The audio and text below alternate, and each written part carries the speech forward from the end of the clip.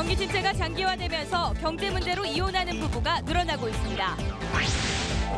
한 달 전 인터넷 카페에서 만난 사람들과 자살을 시도하려다 경찰에 구조됐던 20대 여성이 결국 동반 자살했습니다.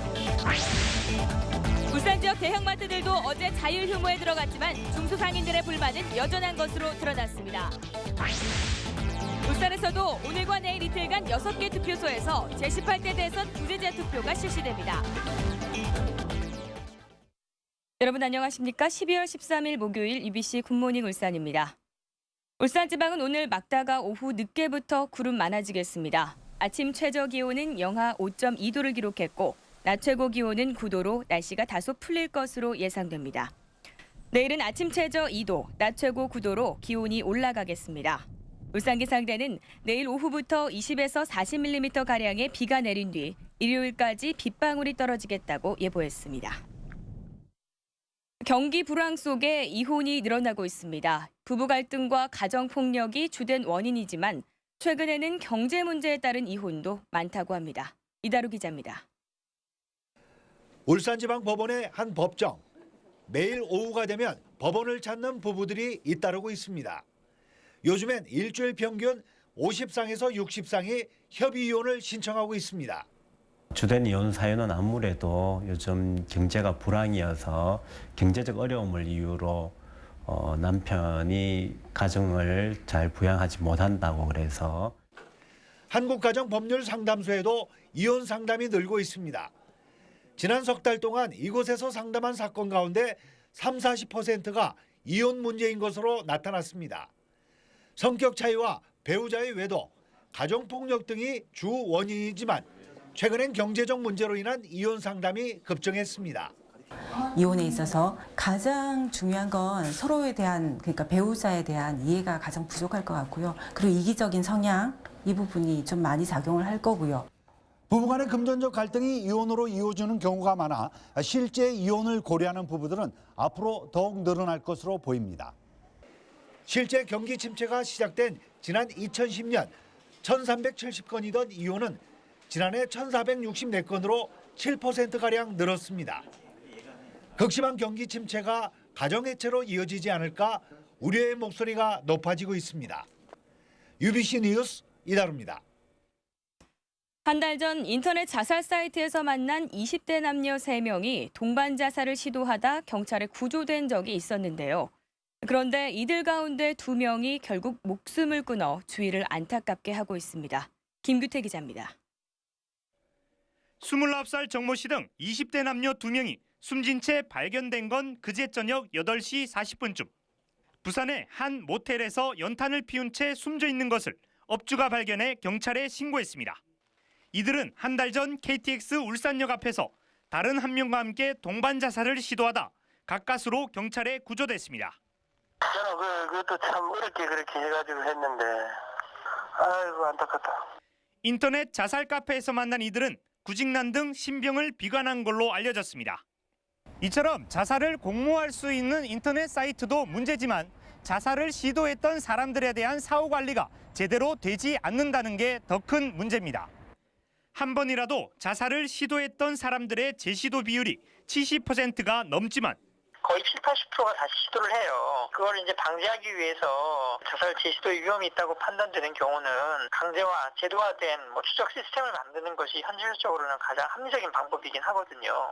울산엔 자살과 관련해 전문적인 예방과 치료, 관리를 할 수 있는 자살 예방센터가 아예 없습니다. 정신보건센터도 많이 부족하고 그다음에 현재 자살예방센터도 없습니다. 그래서 그런 부분들이 조금 보완이 된다면은 관련된 기관들하고 자살예방센터하고 이렇게 같이 연계해서 나갈 수가 있다고. 자살을 단순한 개인 문제로 돌리기보단 사회 병리 현상으로 받아들이고 제도적인 장치와 주변의 따뜻한 관심이 필요하다고 전문가들은 지적합니다. UBC 뉴스 김규태입니다.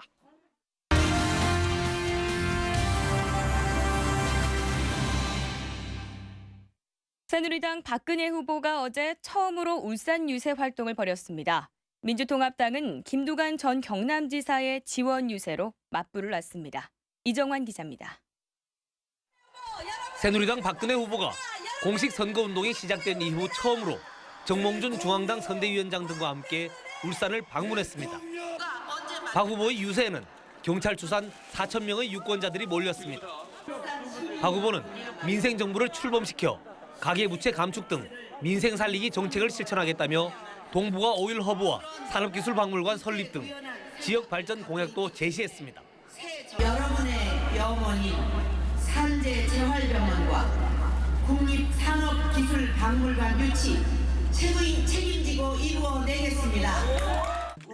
이어 한국노총과 정책 간담회를 갖고 비정규직 문제 등 노동계 현안에 대한 해결 의지를 밝히기도 했습니다. 민주통합당에서는 김두관 전 경남지사가 지원 유세에 나서 우리나라가 미래로 나가기 위해선 문재인 후보가 대통령에 당선돼야 한다며 지지를 호소했습니다. 양극화 해소와 민생 경제 그리고 경제 민주화를 확실하게 챙길 후보 저는 문재인 후보라고 확신합니다. 문재인 후보는 지난달 30일에 이어 내일쯤 울산을 다시 찾아 심한구 전 시장과 함께 표심몰이에 나설 예정입니다. 대선이 종반으로 치닫고 있는 가운데 부동층을 흡수하기 위한 박근혜, 문재인 두 후보 진영의 선거전이 하루가 다르게 뜨거워지고 있습니다. UBC 뉴스 이정환입니다. 울산에서도 오늘과 내일 이틀간 5개 구군청과 울산구치소 등 지역 6개 투표소에서 제18대 대선 부재자 투표가 실시됩니다. 울산 지역 부재자는 2만 6천여 명으로 지난 4월 총선 때보다 5천 명가량 늘어났습니다. 부재자 투표를 하려면 오전 6시부터 오후 4시까지 선관위로부터 받은 발송용과 회송용 봉투 그리고 투표용지와 신분증을 갖고 부재자 투표소를 찾으면 됩니다. 울산 지역 대형마트들도 어제부터 자율 휴무에 들어갔습니다. 한 달에 2번씩 수요일에 쉰다는 건데 중소상인들의 반응은 시큰둥합니다. 조윤호 기자입니다. 북구의 한 대형마트. 출입문은 닫혀 있고 매달 2차례 수요일에 쉰다는 안내문이 내걸렸습니다. 휴무 사실을 미처 알지 못한 시민들은 줄줄이 발길을 돌립니다. 세차도 하고 이제 약도 좀 사러 왔는데 다른 마트로 가려고요. 한국 체인 스토어 협회 결정에 따라 홈플러스 등 대형마트 빅3와 기업형 슈퍼마켓 등 울산 지역 대형 점포 10여 곳이 일제히 문을 닫았습니다. 코스트코도 뒤늦게 동참했지만 메가마트와 농협 하나로마트는 끝내 불참하면서 반사 이익을 누렸습니다. 대형마트 휴무의 효과가 얼마나 될지 전통시장에 직접 나와봤습니다. 김장철인데도 불구하고 여전히 썰렁하기만 합니다. 중소상인들은 대형마트 매출이 가장 낮은 수요일에 쉬는 건 생색내기라며 일요일 휴무를 요구했습니다. 오늘 더 안 와. 손님이 더 안 온다고. 논다 이러면 안 날가가 미리 다 사가쁘는데. 이런 가운데 북구와 동구청은 구청장이 일요일 휴무를 명령할 수 있는 조례 개정에 나서 내년 초 시행한다는 계획입니다. 저희들은 걱정이 많습니다. 이게 울산 시내는 동일 상권이다 보니 일요일 날 5개 구군이 동일하게 쉬어달라는 게 저희 요구 사항이고요. 골목 상권을 살리지 못한 수요일 휴무. 여기에 모든 구군이 참여하지 않아 반쪽짜리에 그친 일요일 휴무. 결국 시민들의 혼란만 초래한 채 중소상인 살리기라는 당초 취지는 헛고가 되고 있습니다. UBC 뉴스 조인호입니다. 다음은 경제계 소식 알아보는 경제 이모저모입니다. 현대미포조선은 마셜제도 소재 선주사로부터 3,345억 원 규모의 정유 운반선 10척을 수주했다고 밝혔습니다. 이는 조선 경기 침체가 시작된 지난해 매출의 8%에 해당하는 금액입니다. 현대자동차의 에코스가 미국 자동차 전문 조사업체인 스트래티직 비전의 평가에서 가장 가치 있는 차에 선정됐습니다.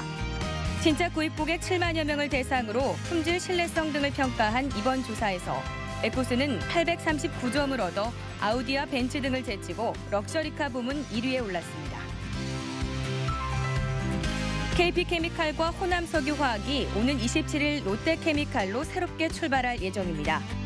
업계에 따르면 합병에 걸림돌이던 KP케미칼의 주식 매수 청구권 문제가 해결돼 오늘 KP케미칼 주주총회를 거쳐 합병이 결정될 것으로 알려졌습니다.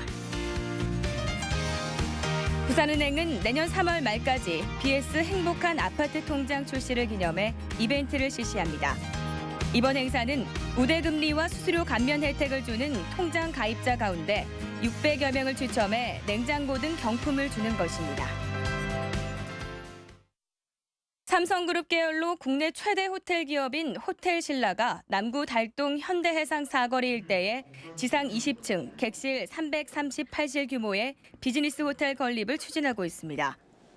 시행사인 SKT&D는 지난 5일 사업계획 승인 신청서를 제출한 데 이어 10일 건축 심의를 신청했으며 남구청은 오는 21일 사업 승인 여부를 심의할 예정입니다.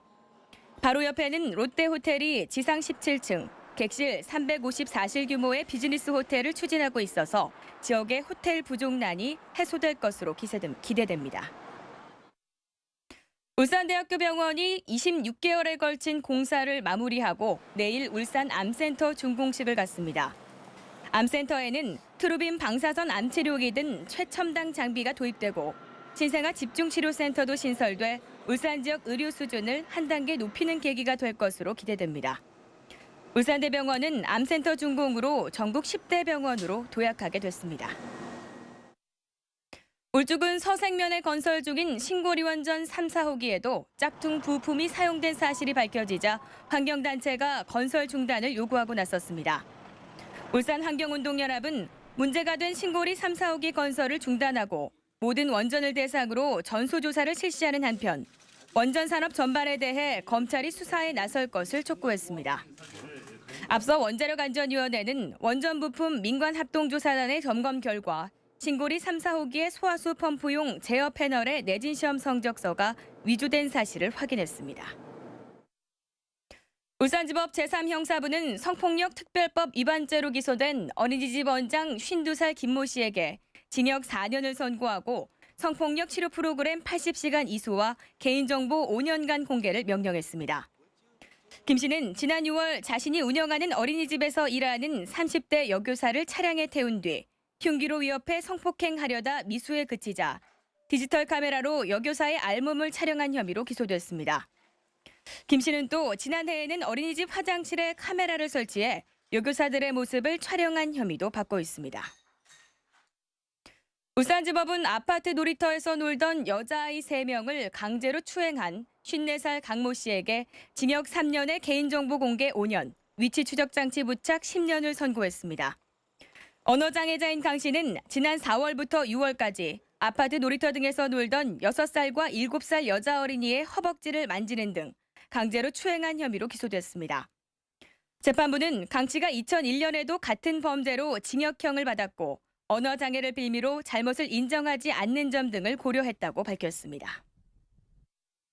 울산해경은 어제 낮 동구 주전동 방파제에서 실종된 20대 여성에 대해 밤샘 수색 작업을 벌였지만 찾는 데 실패했습니다. 해경은 경비함점 3척과 112 구조대와 민간 다이버 등 9명을 동원해 실종 지역 바다를 샅샅이 수색했으나 날이 너무 어두워 발견하지 못했습니다.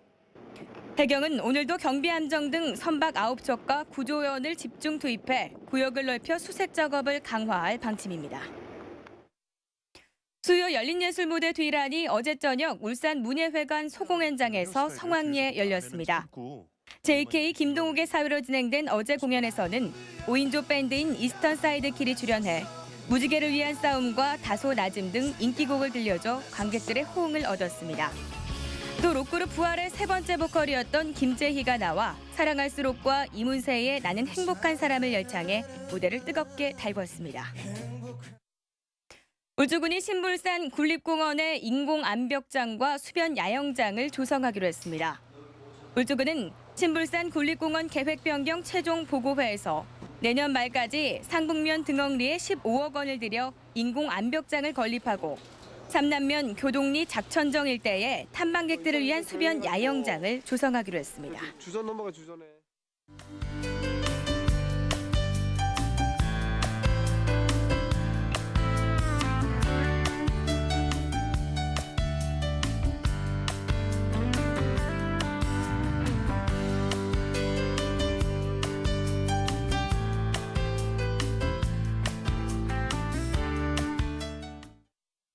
이상으로 UBC 굿모닝 울산을 마칩니다. 고맙습니다.